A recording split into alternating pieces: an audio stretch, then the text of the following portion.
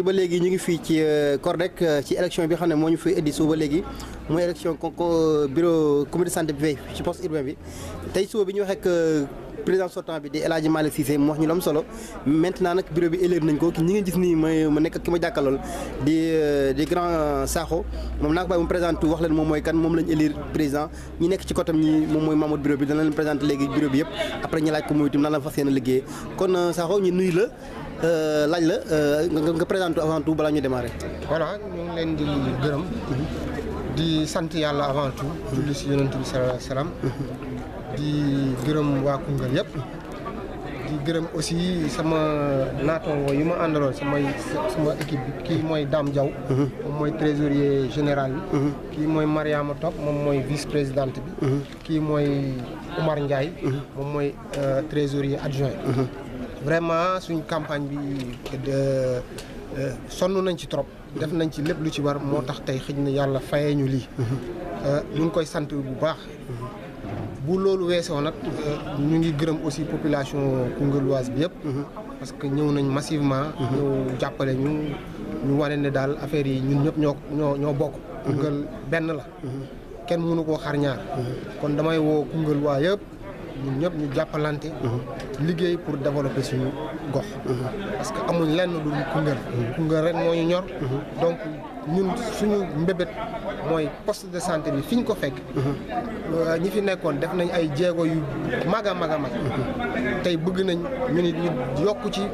ay jéego defaat jéego yu gën a mag wala buñ ko mënu tamit buñ régressé buñ wàcc loolu daal mooy suñu mbébét di ñaan yàlla nag mu jàppale ñu si di tamit ñaan population bi di leen woo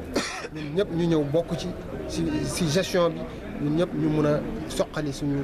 gox muy Koungheul. ok loolu laay laaj léegi parce que bi ma jàkkaarloo ki xam ne moom nga wutu di El Hadji Malick Cissé wax na lu rafet wax na la yéen ñii tamit ñi war a ñëw mu ngi leen di ñaanal ngeen am ci nekk yoon baax moom je crois que li may laaj li nga fekk ak far nga fas yéene ak looy ñaan yàlla jàppale la ko pour nga mën a yóbbu comité bi foofu boo xam ne yow daal lan nga yéene loo xam ne dina jàppale comité bi dina àgg foofu noonu. voilà mooy sant avant tout encore El Hadji Malick Cissé di El Hadji Xacce ndaxte liggéeyam rafet na ci comité de santé bi tette nañu wan nañu yoon bi vraiment ñetti mandat ku ko def kon xam nañ ne population bi amal na la ngërëm ñu ngi koy sant liggéeyam rafet na lool ñi xam naa ne remplacer ko aussi du yomb waaye dinañ def suñu kéem kattan pour fexe ba liñ fi fekk ñu yokku ci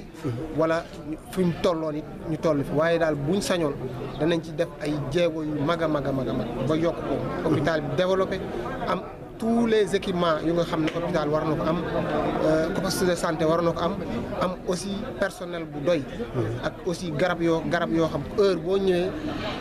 booy faju di nga fa fekk garab de loolu mooy suñu mbébét loolu dañ bëgg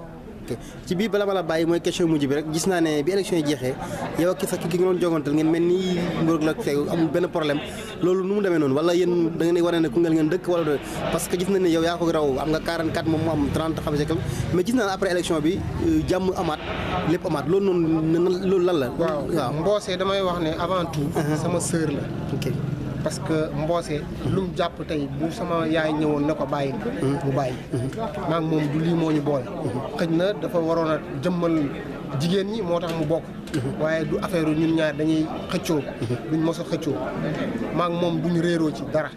te aussi pour wan population bi ak nit ñi ne affaire élection du xeex du xuloo ku nekk da ngay wax ne man su ma jotee ci lii danaa fa def lii kii tam ne su ma jotee ci lii danaa ci def lii léegi nag ñu seet rek kan mooy kii mais moom it intention yu baax rek la am ci poste man ma am intention yu baax ci poste yàlla nag tey man la jox peut-être ma gagné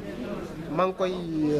encouragé bu baax Mbossé di ko wax ne peut-être yàlla lii la dogal waaye démérité wu waaw di ko ñaanal jàmm